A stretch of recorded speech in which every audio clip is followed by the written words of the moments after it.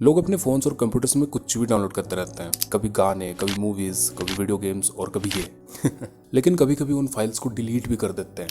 लेकिन डिलीट होने के बाद वो फाइल्स जाती कहाँ हैं? जब आपके प्यार से मेमोरी कार्ड की मेमोरी फुल हो जाती है ना, तब आप चीजों को डिलीट करने लग जाते हो। लेकिन वो फाइल्स बड़े प्यार से मेमोरी कार्ड में बैठी थी, तो वो डिलीट होकर जाती कहाँ है? गाइस, जब आप अपने डिवाइस में चीजें डिलीट करते हैं तो वो सबसे पहले रिसाइकिल बिन में जाती है, सबको पता है, ताकि अगर गलती से डिलीट हो गई हो तो उन्हें वापस रिस्टोर किया जा सके।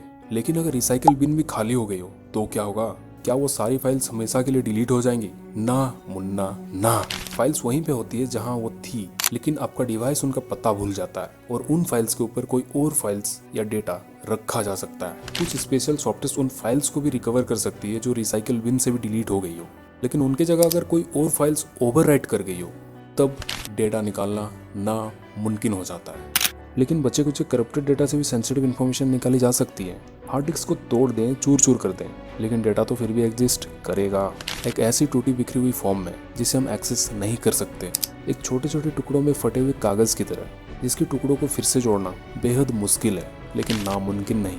गाइस, ये डिलीट करने वाला कॉन्सेप्ट सिर्फ कंप्यूटर से मोबाइल फोन में नहीं है, ये रियल लाइफ में भी होता है। नहीं समझे?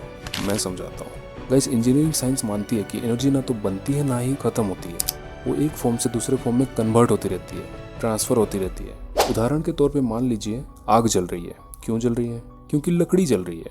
लकड़ी जो एक फ्यूल है वो जल रही है, वो फ्यूल आग में कन्वर्ट हो रही है, यानी लकड़ी आग में कन्वर्ट हो रही है। लेकिन वो एनर्जी लकड़ी में आई कहाँ से? कोई कहेगा धरती से आई। अच्छा, धरती में वो एनर्जी कहाँ से आई? अरबों खरबों साल पहले एक बहुत बड़ा उल्कापिंड आके धरती से टकरा गया था, उसमें से आई। अच्छा, वो उल्कापिंड कहाँ से आया? उल्कापिंड आया होगा किसी ब्रह्मांड के कोने से। अच्छा, चलो मान लिया। वो ब्रह्मांड कहाँ से आया? चलो ये भी मान लिया कि ब्रह्मांड किसी दूसरे ब्रह्मांड से आया। तो वो दूसरे ब्रह्मांड कहाँ से आया? गाइज, इस चीज़ का ना तो साइंस के पास कोई जवाब है और ना ही हम इसे कहीं से खोज सकते हैं। ऑलराइट गाइज, तो इस थ्योरी के हिसाब से माना जा सकता है कि एनर्जी एक समय पे जाके खत्म हो जाती है।